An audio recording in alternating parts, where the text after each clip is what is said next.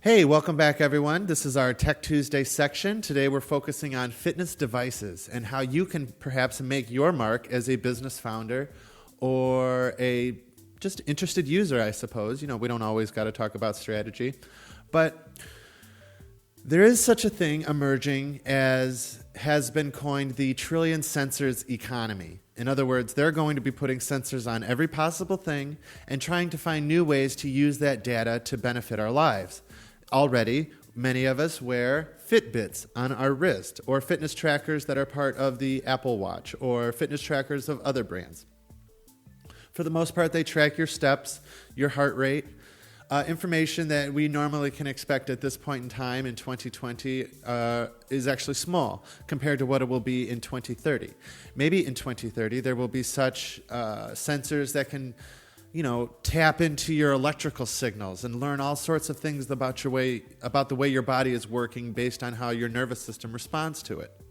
This is something you could wear on your wrist or on your finger, probably more likely because you're closer to your nervous system in your finger. And you could learn all deeper things.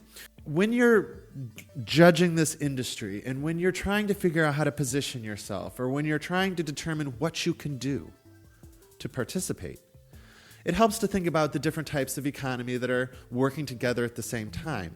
An economy is a business model inherently, but there's also an explanation of how or why people buy things. So the first example is what I actually think will eventually happen with a lot of devices. They will give them to you for free. Either they will come from the company, or they will come from the government perhaps, or they will come from, well, that would really be the limit. Probably let's focus on company for now. This is the free/data economy. Already Google does this with its services. You use any number of extremely valuable Google services, and they pretty much track your behavior. They don't track your behavior with the intention of incriminating you or singling you out, even though from what I understand this happens on very rare occasions in terms of extreme heinous crime taking place. They can identify it with the same systems. However, Google follows your searches. It follows how you click through different websites. It follows where you go, and it combines them into sort of a profile of who you are as a consumer. And then it sells that data to companies who want to market better to you, who want to develop products better for you. So in a way, it's all to the good. The risk, of course, is that when Google singles you out, especially to law enforcement for some reason, maybe in the future there will be mandates about health or mandates about not going to certain websites, which of course there already are. But the worry is all of these tech companies that have such power over your information might actually use it to target you at some point. Facebook could be looking at your messages for that matter. They could know everything about who you are.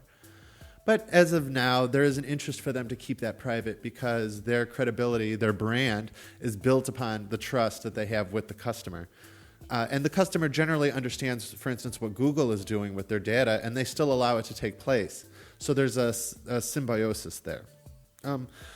And if you really want to, understand using the data economy, how you can fit into it, let's assume that you figure out a new device that can measure certain impurities in the blood.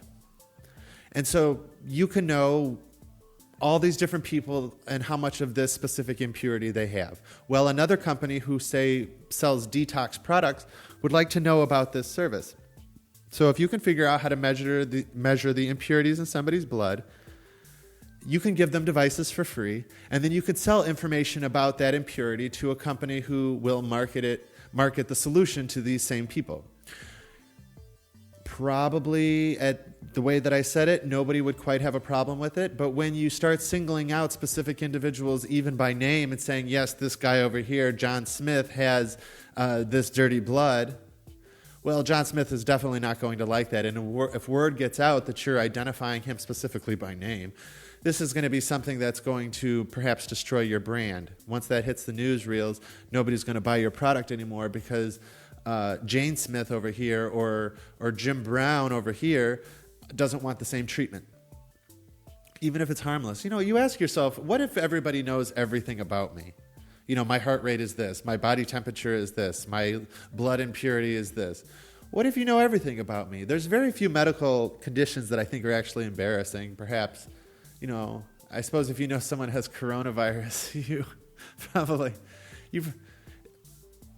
I think if you have coronavirus, it's everyone's duty to know that you have it anyways. That's not the sort of thing you should be keeping secret unless you're also staying at home, in which case you won't have it very long, hopefully. One way or another. All right. So that's just, there's one final economy that I wanted to mention for our Tech Tuesday about how fitness devices can be framed in order to sell them, and that would be the transformation economy.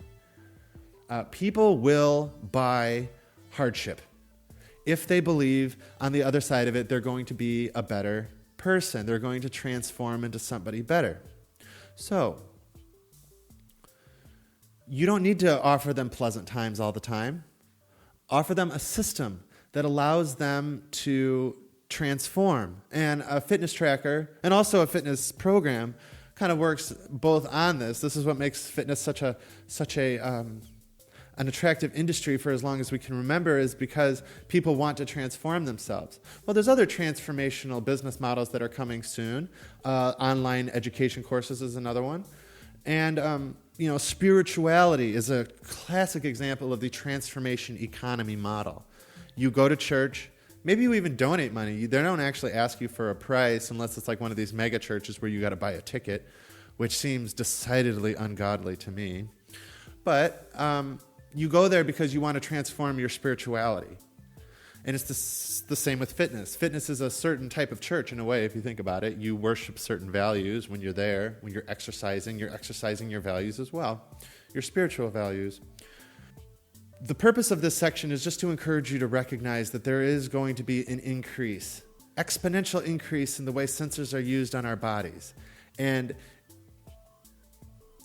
figure it out for yourself, what you would like to know for yourself, what could be useful to use for other people, and you will have a business model that will carry you into the future. Okay, so in our next section, we are going to be doing strategy now, and we're going to talk about a few large players in the fitness industry that currently exist and have existed for the last 20 or 30 years. Be right back.